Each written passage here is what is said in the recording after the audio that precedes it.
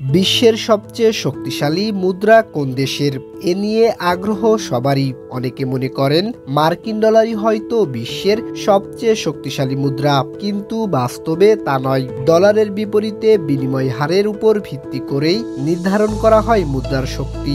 সম্প্রতি যুক্তরাষ্ট্র ভিত্তিক প্রভাবশালী সাময়িকী ফোর্বস বিশ্বের শীর্ষ 10 দেশের শীর্ষ 10 মুদ্রার তালিকা প্রকাশ করেছে। তালিকার একেবারে শীর্ষে রয়েছে কুয়েতি দিনার। দীর্ঘদিন ধরে এটি পৃথিবীর সবচেয়ে শক্তিশালী মুদ্রা হিসেবে টিকে আছে। বাংলাদেশের হিসাবে এক কুয়েতি দিনারের মূল্য প্রায় ৩৯৭ টাকা।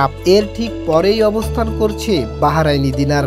এক বাহরাইনি দিনারের মূল্য দাঁড়ায় প্রায় ৩২২ টাকা। তৃতীয় স্থানে রয়েছে ওমানি রিয়াল, যার একক মূল্য বাংলাদেশের টাকায় প্রায় ৩১৬ টাকা। আর চতুর্থ স্থানে আছে জর্ডানি দিনার, যার ১ টাকা সমান প্রায় ১৭২ টাকা।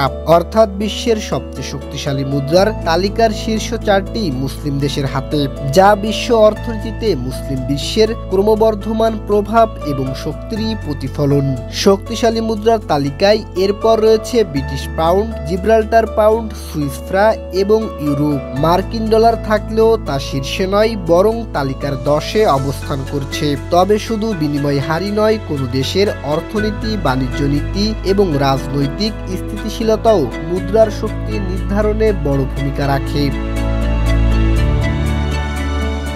Desk report, voice of tiger.